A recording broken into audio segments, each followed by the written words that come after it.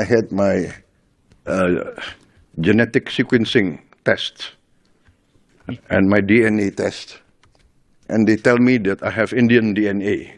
So, सारे जहां से अच्छा है हिंदुस्तान हमारा। इंडोनेशिया के प्रेसिडेंट ने ये कह दिया है कि आई हैव इंडियन डीएनए, मेरा तो जो डीएनए है वो इंडियन है। पहले तो तमाम ही लोग जो हैं वो हिंदू थे और बाद में जी उनको तलवार के जोर पे और लालच देकर जो है वो मुसलमान बनाया गया। ये इतनी बड़ी बात उन्होंने कह दी कि 57 इस्लामिक कंट्रीज में इस वक्त क्या कहा जा रहा है, क्या सोचा जा रहा है। ये जो 57 इस्लामी ममालिक हैं और मुस्लिम उम्मा। एक बात आपको याद दिलाऊं, शहाबुद्दीन सुल्तान शहाबुद्दीन गौरी भी पृथ्वीराज से तराइन की पहली जंग हार गया था। आज का अमेरिका जो है इंडियनाइज्ड अमेरिका है।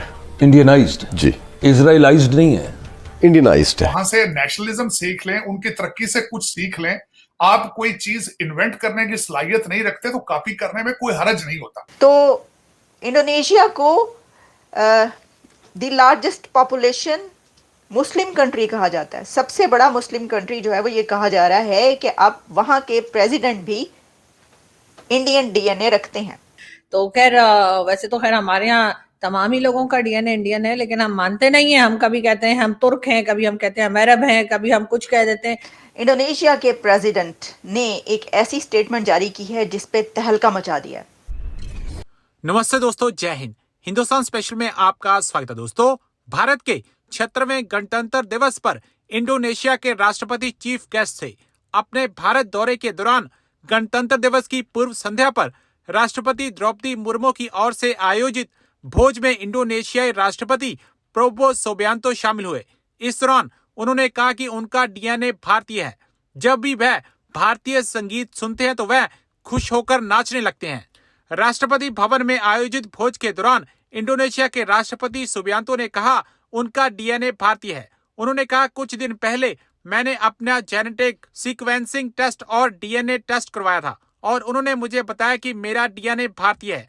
हर कोई जानता है कि जब मैं भारतीय संगीत सुनता हूं तो मैं डांस करने लगता हूं। इंडोनेशिया के राष्ट्रपति का ये बयान काफी मायने रखता है क्योंकि इससे जाहिर होता है कि वह भारतीय सभ्यता और संस्कृति के प्रति गहरी आस्था रखते हैं। तो चलिए दोस्तों, आज की वीडियो की तरफ चलते हैं। Thank you so much. उसके बाद जब उनके लिए खाने का एहतमाम किया गया और ये भी एक ग्रैंड रिसेप्शन थी उनके लिए, या ग्रैंड डिनर था जिसमें इंडिया के प्राइम मिनिस्टर नरेंद्र मोदी भी मौजूद थे, डॉक्टर जयशंकर भी मौजूद थे, मर्मो साहिबा भी मौजूद थी और बहुत से दूसरे जो डिग्निटरीज थे वो भी मौजूद थे। वहाँ पर इंडोनेशिया के प्रेसिडेंट ने ये कह दिया है कि आई हैव इंडियन डीएनए, मेरा तो जो डीएनए है वो इंडियन है। ये इतनी बड़ी बात उन्होंने कह दी कि 57 इस्लामिक कंट्रीज में इस वक्त क्या कहा जा रहा है, क्या सोचा जा रहा है। ये जो 57 इस्लामी ममालिक हैं और मुस्लिम उम्मा इसके ऊपर क्या कह रही है। तो कुछ ने कहा कि ये तो रा की साजिश है। देखिए, अब ये जिसकी भी साजिश हो, लेकिन ये साजिश हो गई है क्योंकि प्राबोवो सुबियांतो ने धड़ल्ले से सरेआम ये कहा है कि उन्होंने अपने जेनेटिक सीक्वेंस करवाया, यानी डीएनए करवाया, और उस डीएनए में उनको ये पता चला कि वो तो इंडियन ओरिजिन से हैं। उनका डीएनए इंडिया का निकला। I have Indian DNA. तो इंडोनेशिया को the largest population Muslim country कहा जाता है। सबसे बड़ा मुस्लिम कंट्री जो है वो ये कहा जा रहा है कि अब वहाँ के प्रेसिडेंट भी इंडियन डीएनए रखते हैं। अब किसी जगह पर पिटन भी पड़ गया है। सर, कहा यह जा रहा है कि ये मातम शातम भी शुरू हो गया। इसकी वजह यह है कि एक तो ये कि ये किसकी साजिश है, दूसरा ये, लेकिन इससे उस पर आने से पहले मैं आपको सुनवाई क्यों ना दूं, इससे पहले कि ज़रा इसका हम आपके सामने तज्जिया पेश करें। उन्होंने जो बात कही सर वो पहले आप सुन लें, अपनी खुद अपने गुनाहगार कानों से आप इसको सुने, मुलाहिजा करें कि उन्होंने ये क्या कहा है। और ख़ास तौर पर जितने भी 57 इस्लामिक कंट्रीज है वो सब मिलकर ये सुने, और उसमें हसन निसार साहब और जैद हामिद साहब वो तो ज़रूर कान लगा के ये सुने। अगर उन्होंने अभी तक नहीं सुना, वैसे वो सुन चुके होंगे ये। तो ये देखिएगा वो क्या फरमा रहे हैं। I had my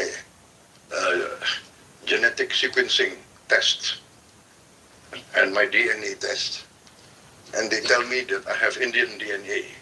So, so, and everybody knows when I hear Indian music, I start dancing. So you know. भाई वो जैसे ही इंडियन म्यूजिक सुनते हैं वो कह रहे हैं कि मैं डांस करना शुरू कर देता हूँ। अच्छा, प्रॉब्लम ये है कि ये तो पूरी दुनिया में होता है। पूरी दुनिया में जो भी यहाँ पर कितने ऐसे लोग हैं, हॉलीवुड सेलिब्रिटीज तो पागल हैं इंडियन म्यूजिक के पीछे और इंडियन कल्चर के पीछे, और पूरी दुनिया में। तो इसका मतलब है कि पूरी दुनिया के जहाँ पर भी जो लोग भी इंडियन म्यूजिक सुनकर रक्स करना शुरू कर देते हैं तो उनका डीएनए कहीं ना कहीं जाकर इंडिया से मिलता है। क्या इसको ये समझे हम? तो देखिए, ये बात आप जान लीजिए कि ऐसी एम्पायर्स, जब हम भारत की बात करते हैं ना, तो चोला एम्पायर से लेकर उससे पहले और उससे बाद की एम्पायर्स वो पूरी दुनिया पर अपना रूल करती रही हैं। जी, तो ये थे और बता रहे थे कि उनका डीएनए जो है वो इंडियन है। उन्होंने कहा जी, उन्होंने अपना डीएनए जो है वो चेक करवाया तो पता लगा कि उनका डीएनए जो है वो इंडियन है।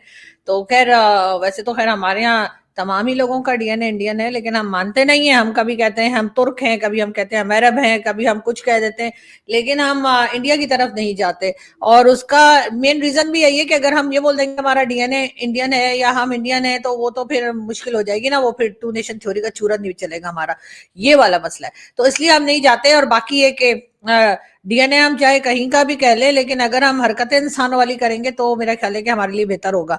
लेकिन बहरहाल जैसे अक्सर लोगों को पता ही है कि जब पाकिस्तान हिंदुस्तान के बीच में बंटवारा हुआ था या जो पार्टीशन हुई थी, तो उसके बाद डेफिनेटली जो लोग यहीं रह गए या जो लोग यहाँ से वहां चले गए या वहां से यहाँ चले आए, तो उनके डीएनए तो खैर वही रहेंगे ना। अब अगर मेरे ग्रैंडफादर जो हैं वो प्रयागराज से यानी कड़ा वहां से आ जाएंगे, मेरी जो नाना जी हैं वो दिल्ली से आ जाएंगे, तो कोई डीएनए उनका कोई अरब थोड़ी हो जाएगा, वही रहेगा ना। बहुत से लोगों का ये भी कहना है कि जी ये तो पहले ये नहीं, हमारे इंडियन दोस्तों का कहना है कि पहले तो तमाम ही लोग जो हैं वो हिंदू थे और बाद में जी उनको तलवार के जोर पे और लालच देकर जो है वो मुसलमान बनाया गया। और ये चीज सलमान रशीद साहब ने भी कही, ना सिर्फ मेरे शो में बल्कि वैभव सिंह जी के शो में भी सलमान रशीद साहब जब उनका शो मैंने देखा आए थे तो उन्होंने यही बताया था कि किस तरीके से डरा धमका के या लालच देके लोगों को उस वक्त मुस्लिम किया गया था उस जमाने में। खैर वो तो खैर पुरानी बात हो गई, अब तो जो हो गया सो हो गया। हमें बहुत से लोग पूछते हैं कि जी